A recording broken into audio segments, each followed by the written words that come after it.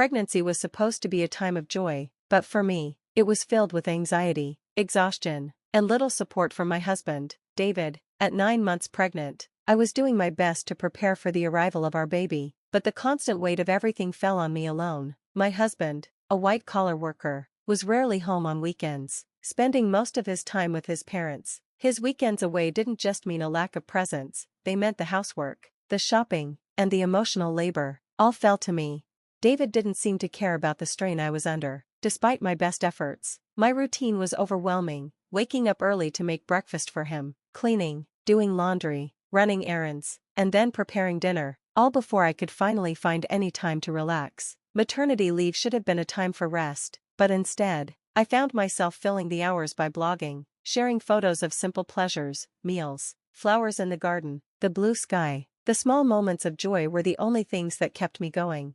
One evening, as I prepared dinner, David came home and, as usual, left his things carelessly on the sofa. I picked them up and hung them on the coat hanger without a word. "Welcome back," I said as I finished cooking. "I made hamburgers for dinner. I'm going to take a bath." He barely acknowledged me, before heading straight for the bathroom. We'd been married for 3 years, and over that time, the kindness and consideration I once hoped for had all but disappeared. I had accepted this reality, even though part of me wondered if this was truly what marriage was supposed to be like. After David came out in his pajamas, I handed him a drink. "Where's the beer?" he asked, I scanning the bar. "I'm sorry, I forgot to buy it today. I'll get some tomorrow," I replied. His face immediately darkened. "Seriously? Go to the convenience store now," he demanded. I couldn't help but feel the anger rise within me. "Why don't you get it yourself? It's hard for me to move around with this belly." His response? A harsh shout. "You're the one who forgot it. It's your job to fix it. Just because you're pregnant doesn't mean you get special treatment. My mother always said it's important to keep moving for health." At that moment, I wanted to scream. He didn't seem to care about my struggles. I knew David had a temper, and it was always better to avoid conflict, so I reluctantly went to the convenience store. As I walked, I bumped into Sarah, my neighbor. "Good evening, Lisa," she said with a bright smile. "Good evening," I replied, trying to force a smile of my own. "Did you forget something too?" Sarah laughed. "I ran out of sauce. What about you?" I sighed. My husband really wanted beer, so he told me to buy it. I don't understand why he couldn't just go himself. "That sounds tough," Sarah said sympathetically. "Are you okay?" Her concern made me feel a bit lighter, and we chatted briefly before parting ways. When I returned home, I was greeted by the sight of David sprawled on the sofa, watching TV. He hadn't even bothered to clean up after dinner. I couldn't believe how thoughtless he was. "What took you so long?" he asked. "What were you doing? And where's the beer?" I handed him the beer without a word, my heart aching as I began cleaning up the mess. How could he treat me like this, especially when I was pregnant? I felt an overwhelming urge to yell, but I bit my tongue, not wanting another shouting match. The next morning, David acted as if nothing had happened. He was his usual self, rushing out the door, not even acknowledging the tension between us. I was seething inside, but I didn't show it. Instead, I gave him a silent, "Be careful," as he left for work. I spent my day as usual, doing chores and shopping, but I decided to make something simple for dinner since David had mentioned he wouldn't be home. Just as I was about to eat alone, I heard David's unexpected return. "I'm back. Thanks for your hard work," he said, entering the house. "But you said you wouldn't need dinner tonight," I reminded him. "Yeah, but my drinking party got cancelled. I'm hungry. Do you have something for me to eat?" I hadn't planned for him to come back, so I had only prepared something simple for myself. When I explained this, his face contorted in anger. "Didn't you even consider I might come back? This is unbelievable," he snapped. "What's this? A meal? Is this how you're going to be a housewife? Don't waste my money." I was speechless, the sting of his words piercing me. He compared everything I did to his mother's expectations, always finding my cooking lacking. But it wasn't just about food, it was about everything I did, everything I gave, always falling short in his eyes. His anger was overwhelming, and all I could do was retreat into silence, feeling the weight of my exhaustion and frustration. He realized how hurtful these comparisons can be. "I can't eat this, go buy something." Hearing this, my heart sank further. What does he think of me? It's already night. And I've taken a bath. "Can't you go buy it yourself?" "Forget it, you forgot to buy beer yesterday, didn't prepare dinner. Today it's so frustrating, I'm going back to my parents' place." David stormed out. And left alone in the house, I strangely Felt a sense of relief the next morning. As I expected, I received an angry call. From David's mother. How can you not serve David a proper meal? This feels like moral harassment, if not worse. I explained what happened yesterday, but she wasn't accepting it, so I apologize. And ended the call. After the call, my mood plummeted since David wasn't home. I decided to have a leisurely late brunch. However, the thought of David coming back tonight weighed on my mind. Considering yesterday's events, I decided to make tonight's dinner special. I shopped with more care than usual, picking out ingredients and adding David's favorite beer to the cart. I was determined to prepare a dinner that would earn David's praise. I shortened my blog update time a bit to allocate more time to cooking. After dedicating ample time to preparations, the table was set beautifully, as if it was a special occasion. Looking at it, I felt a sense of accomplishment and couldn't help but praise myself. With this, he should definitely be satisfied. I waited patiently in the dining room for David to come home, but as time passed, there was no sign of him. I tried contacting him several times via my smartphone, but there was no response, and I became more worried as the clock continued to tick. 1 hour, then 2 hours passed, and I began to get anxious. Did he possibly go to his parents' house? Thinking this, I called David's parents to check, but they said he hadn't come there either. I tried calling David multiple times, but still there was no response. As midnight approached, just when I was considering contacting the police, a staggering David returned home. He seemed clearly drunk. I'm home. I rushed to the entrance in concern and found David lying on the hallway floor. What happened? Are you okay? Hearing my voice, he responded angrily. Too loud. Go away. He then staggered towards the dining room. When I tried to support him, he forcefully shook off my hand. Don't touch me. Don't come near me. With that ugly face. To think you're my wife in his drunken state, he spat out those words and then just lay down right there. Those words were beyond shocking. Why can't he consider others' feelings? His remarks hurt me deeply, and I was filled with thoughts of maybe he no longer sees me. As family tears welled up in my eyes. I put so much effort into cooking, it was all for nothing. With that thought, I had my dinner alone and enveloped in loneliness. The next morning, David woke up as if nothing had happened. My head hurts. I guess I drink too much. But why did you leave me in the hallway? You chose to lie down there. David, it's not my fault. Aren't you my wife? At least take care of me when I'm drunk. David's words made me wonder why he always blames me right away. If you weren't going to eat at home, you could have at least let me know. I have prepared a nice meal, and I called you multiple times. Why didn't you answer then? David replied, "No, my drinking party from the day before got rescheduled to yesterday. Do I have to report everything? Besides, you know how hard it is to pick up the phone during a gathering. Think about my situation." With every word David said, my heart got colder and my expectations of him diminished. That way I won't feel hurt or disappointed anymore. This thought lingered in my mind, that I'm taking a break and going back to my parents' home tomorrow. Being with you lately feels unpleasant and boring. Seeing David's attitude of looking down on me made me increasingly consider the option of divorce. Our baby is due soon, and my heart races in anticipation. Even though I've heard stories about the pains of labor from friends, my excitement to meet the new life inside me overshadows those concerns. The neighbors often encourage me with words like it's just a little while longer, which brightens my mood. Hey, want to go on a family trip? Soon after David returned home, he made a surprising suggestion. Really? But I'm talking about a family trip. My mom and dad want to join. I was taken aback. Why would parents make such a proposal? Tensions exist between me and David's parents. Whenever there's an issue concerning David, they tend to blame me, like the previous phone call incident. However, the sudden idea of a trip left me doubtful. I'm about to give birth soon, and traveling a long distance might be a bit risky. David replied, "How many times do I have to tell you?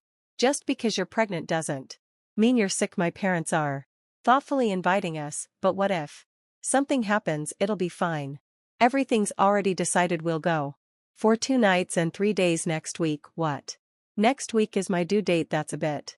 Just do as you're told. Prepare for the trip. End of discussion. David just expressed his opinion and then left the room. I in trouble now, I thought to myself. The next day I sought advice from a close friend. and explained the situation. She was concerned and said that's a bit too much. While I was contemplating how to decline the offer, the day of the trip suddenly arrived. Actually, I'm not feeling well today. I'm worried about the baby, so I'm going to rest at home. I tried to use that as an excuse, but David didn't seem convinced. Anyway, you can just rest in the car and you'll be fine, right? Come on.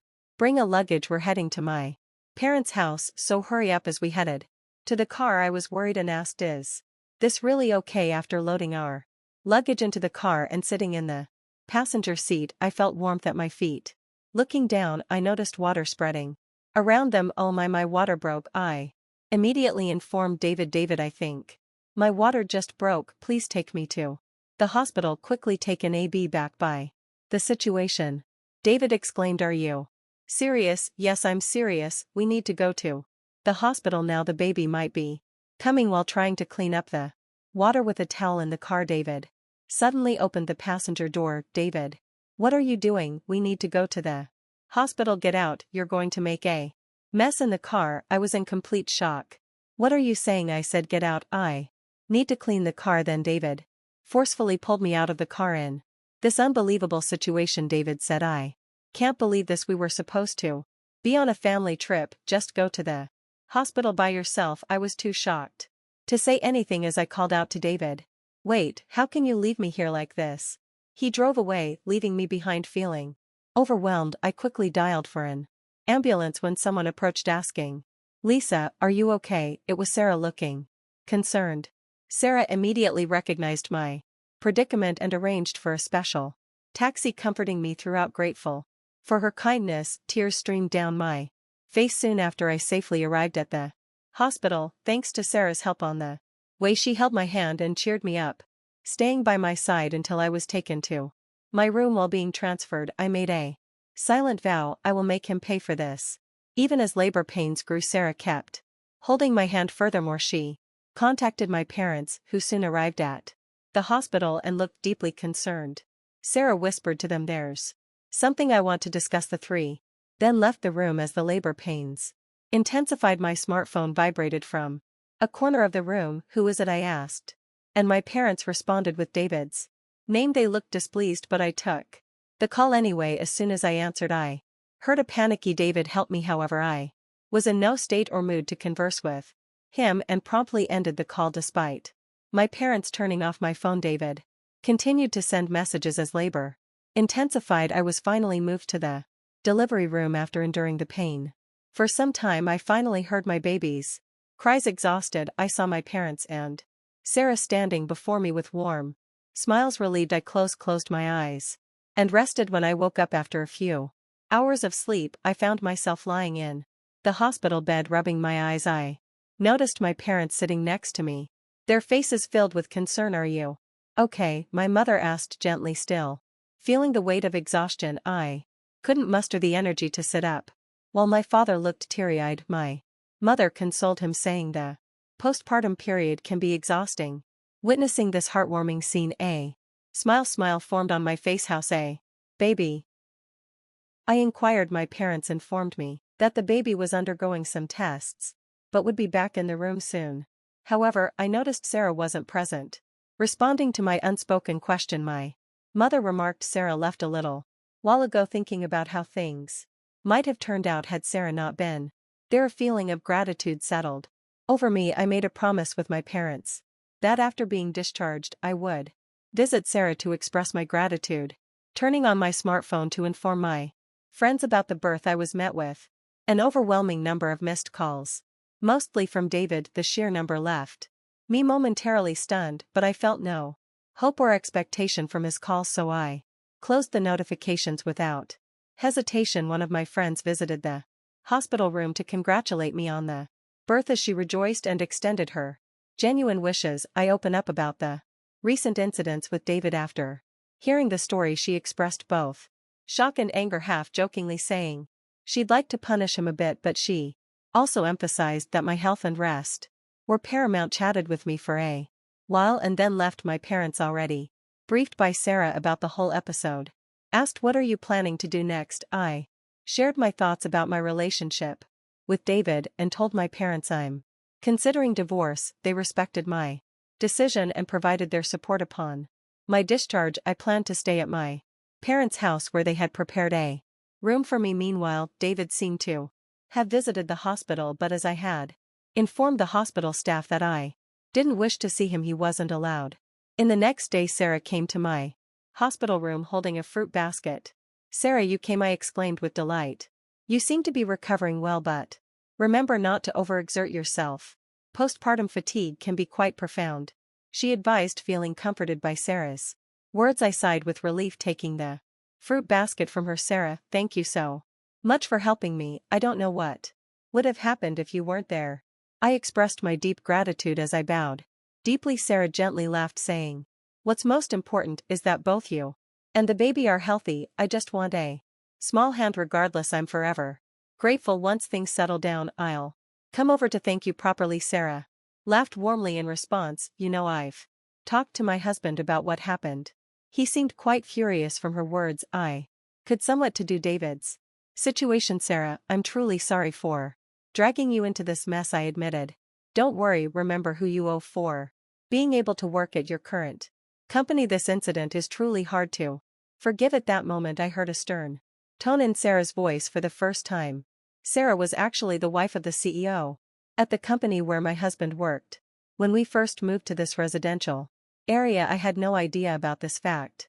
However, as we frequently encountered each other at the local supermarket, shops, and occasionally at convenience stores, we gradually became closer. We even began to enjoy tea together, and during these sessions I learned about the nature of her husband's job. On the other hand, my husband was completely unaware of this background. This was because he didn't even accompany me for our initial neighborhood greetings and didn't prefer interacting with our neighbors. Sarah had previously told me gently, "I don't want to cause any trouble, so don't tell your husband," and I had respected that request, knowing that I was pregnant and still being forced to endure my husband's unreasonable behavior. Sarah had several times suggested should I talk to my husband about this. However, I had always declined, not wanting to trouble her. But with this recent incident, perhaps even Sarah reached her limit. That's why my husband kept calling. "Sarah, I really can't thank you enough for everything." Sarah's strong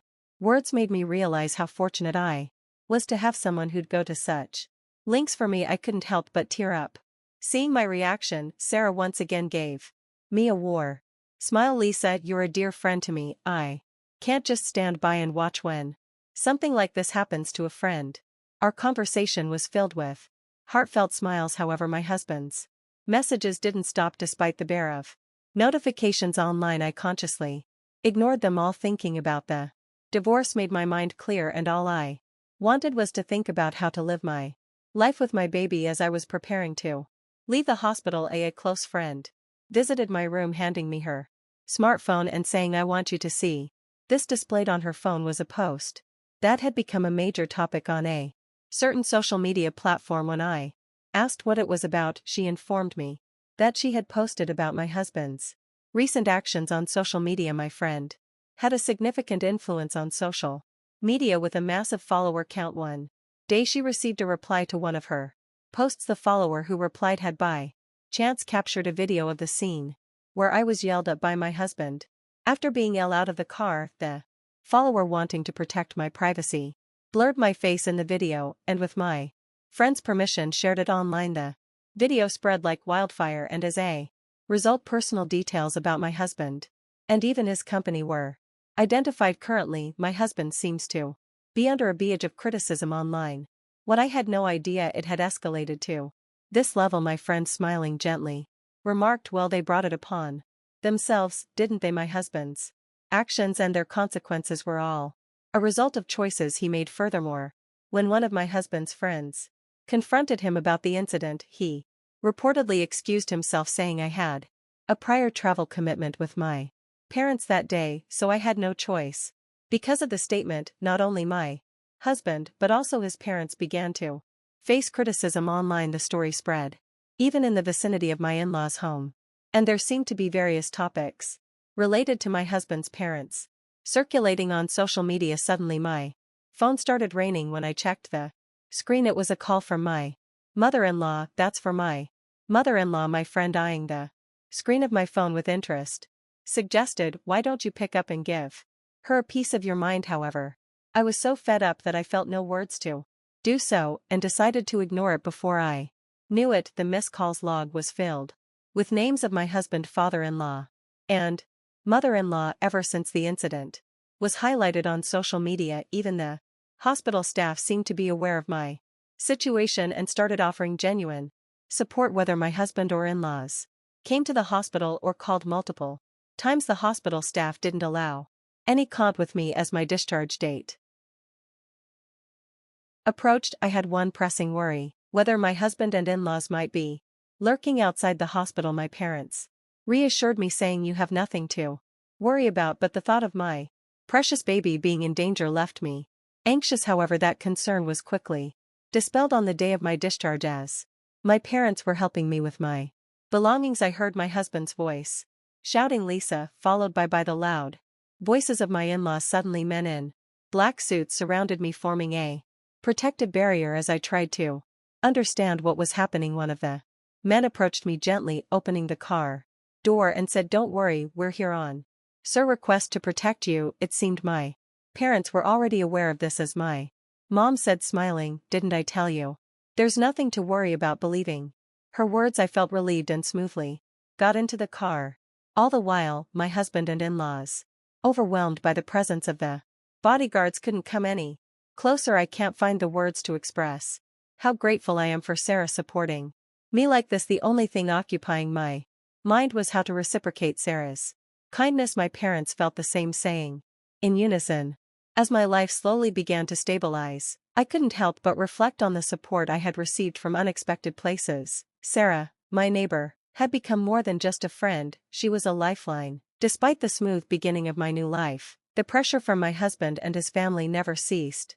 When I mailed the divorce papers, I knew there would be resistance, but what I didn't expect was the complete lack of acceptance from my in-laws. One day, my father answered the phone when they called, and their response to him was cold and dismissive. "She's part of our family now, so no matter how we treat her, she shouldn't complain," they said. My father's sharp retort rattled them, and they quickly hung up, but the incident left a bitter taste in my mouth. I had been holding on to the hope that things might improve, but it was clear that I had no place in their world. After discussing the situation with my parents, I decided that seeking professional help was my best option. Consulting a lawyer felt like the right next step. My father, knowing a lawyer personally, arranged for us to meet. When we explained the situation, the lawyer listened carefully and promised to support us through this. I mentioned the video circulating on social media, detailing my experiences, and the lawyer agreed to reach out on our behalf.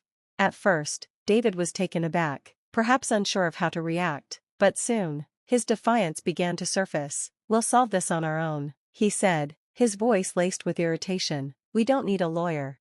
But the lawyer, calm and unshaken, replied, "I'm acting on Lisa's request. Any future communication should be directed to me. It's up to Lisa whether or not she wishes to involve a lawyer." David, for once, had no words.